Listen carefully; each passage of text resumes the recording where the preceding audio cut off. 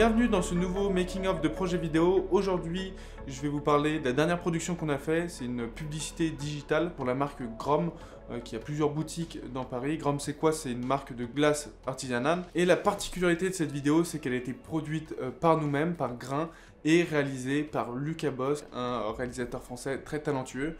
Donc dans cette vidéo, je vais vous parler de la pré-production, tout ce qu'on a mis en place en amont de la vidéo. Ensuite, je vais vous parler de la production, tout le déroulement du tournage. Et enfin, la dernière partie, la post-production, où Lucas lui-même va détailler tout son montage et analyser différentes transitions. Si c'est un format qui vous plaît, je vous rappelle que dans l'école, on a plein d'autres making-of, que ce soit sur un teaser de sport, sur une vidéo d'événement, un portrait d'artiste, une vidéo de voyage. Je vous laisse aller voir ça dans la partie making-of, mais tout de suite, je vous mets la vidéo finale qu'on a réalisée pour Grom.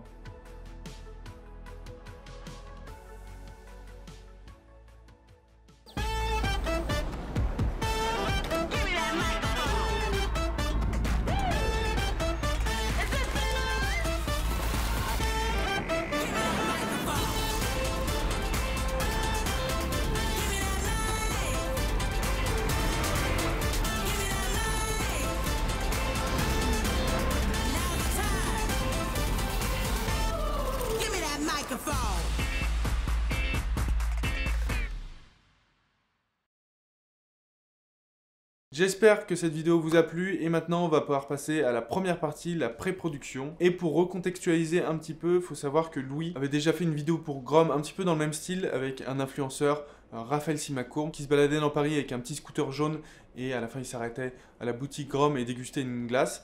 Et donc là pour ce projet c'est un petit peu la même chose, ils nous ont recontacté en disant qu'ils voulaient faire une vidéo similaire avec le même influenceur, Raphaël Simacourbe. Et la petite particularité avec ce client, c'est qu'au final, il avait déjà réalisé tout le storyboard, il savait exactement ce qu'il voulait montrer. Donc, il nous a envoyé un mail avec l'histoire qu'il voulait raconter dans la vidéo.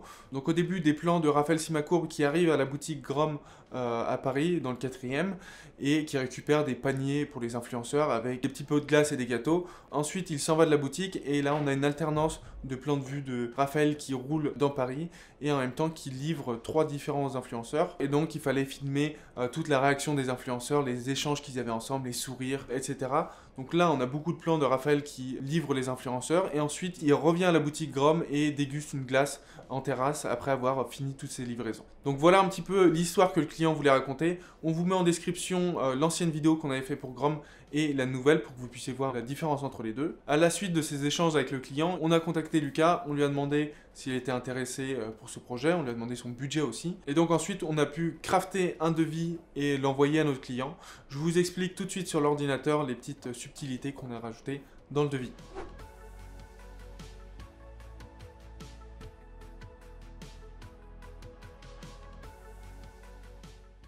Une fois que le devis était validé avec le client, il nous a envoyé le déroulé de la journée, un planning complet avec toutes les informations. Il faut savoir que contrairement à Ilan, Lucas n'a pas fait de shortlist, il n'a pas fait de repérage non plus, ni de moodboard. Il a été beaucoup plus à l'impro sur le terrain et il faut savoir, je vous le rappelle, qu'il y avait déjà un brief du client, donc c'était déjà assez cadré. Il savait déjà tous les lieux où on allait filmer, donc il n'y avait pas forcément besoin de faire ça. À vous de voir si pour vos projets, vous voulez faire quelque chose de très carré avec un storyboard, un moodboard, une feuille de route, aller faire du repérage, ou alors beaucoup plus en improvisation si vous préférez ça ou vous êtes meilleur. Il n'y a pas de bonne ou de mauvaise manière, à vous de voir celle qui vous correspond le plus. Petite anecdote juste, on n'avait pas validé la musique avant avec le client. Lucas Bosc avait trouvé une musique et fait le montage directement dessus. Mais malheureusement, le client n'aimait pas trop la musique, il préférait une musique un peu plus italienne, funky. D'ailleurs, la vidéo que je vous ai passée au début, c'était avec la première musique, celle que nous et Lucas préférions. Et je vous mets aussi en description la nouvelle vidéo avec l'autre musique si vous voulez voir un petit peu la différence. Donc à vous de voir si faut prévoir en amont la musique avec le client pour pas se retrouver dans cette situation.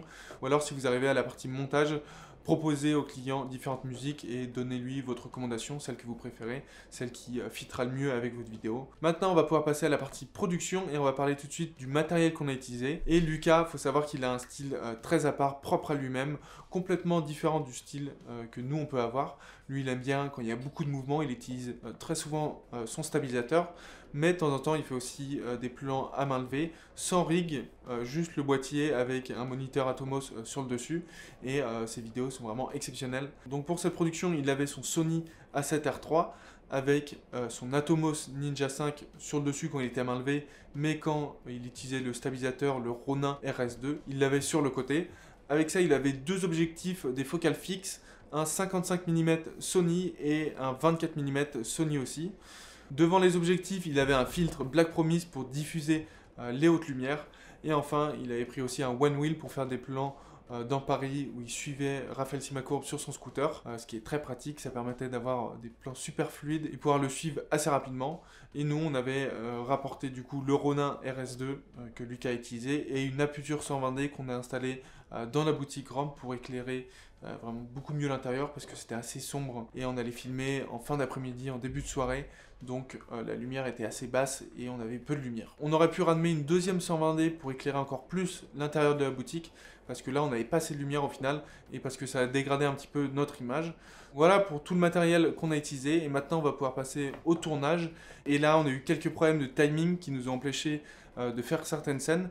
On n'a pas du tout pu filmer le troisième influenceur, donc on a dû revoir tout le planning pendant le tournage. Si je vous décortique un petit peu le tournage, comment ça s'est passé, on avait 5 grandes étapes à filmer. Les 3 influenceurs, des plans à la boutique et des plans de Raphaël Simacourbe dans Paris en scooter. Donc pour commencer, on allait filmer la première influenceuse devant chez elle. On n'a pas du tout suivi l'ordre chronologique de la vidéo. On a préféré d'abord filmer tous les plans avec les influenceurs et ensuite prendre notre temps à la boutique pour filmer.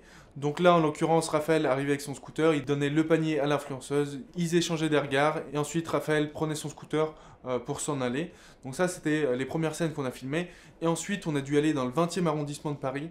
Et là, on a perdu beaucoup de temps à cause des bouchons, ce qu'on n'avait pas prévu dans le planning. La voiture avec les glaces a mis, elle, une éternité à arriver. On a réussi au final à filmer le deuxième influenceur dans un petit parc. Et même chose, on a fait des échanges entre Raphaël et lui, mais par contre la troisième influenceuse, à ce moment-là on s'est dit que c'était pas possible d'y aller, on allait perdre trop de temps, la boutique Grom ensuite allait fermer, donc on a revu tout le planning et on s'est dit on prend un sac de glace et on va se balader dans les rues du 1er arrondissement près de Place Vendôme.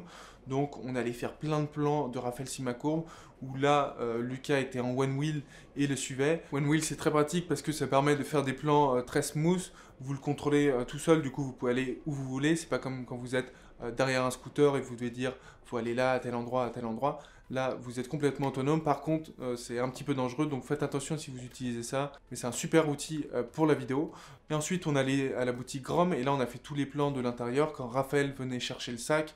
Le mouvement typique gelato qui est un mouvement en fait des glaciers pour remplir et aérer leur pot de glace. Donc on a filmé tous les plans de l'intérieur et on s'est dit qu'on allait quand même essayer de filmer une troisième personne. Donc on a pris une jeune femme du staff qui faisait partie de la team marketing de Grom et on a trouvé une jolie porte où on a pu faire pas mal de plans où Raphaël arrivait aussi avec son scooter, donnait le sac pour avoir pas mal de profils différents. Donc voilà comment s'est déroulée la journée de tournage. Ça se passe pas toujours bien, vous pouvez avoir quelques problèmes des fois, mais il faut savoir improviser, rebondir, interchanger certaines phases du tournage pour avoir la meilleure vidéo possible. Et là par exemple on n'a pas eu la troisième influenceuse mais la vidéo est très bien comme ça et le client a adoré. Si vous voulez aller voir tous les plans que Lucas a tournés et tous les plans qu'on a tournés pour le making of, je vous mets juste en dessous en description un lien pour regarder le RAW BTS. Et là, vous allez avoir côte à côte les plans de Lucas et nos plans pour vraiment voir comment il a réalisé tout le tournage, comment il a fait ses différentes transitions. Je vous laisse aller voir ça, ça peut être très intéressant. Et maintenant, on passe à la post-production et Lucas va vous analyser tout son montage de A à Z. Bonjour à tous, j'espère que vous allez bien. Je suis ravi de faire cette petite vidéo pour vous expliquer un petit peu comment s'est passé mon montage.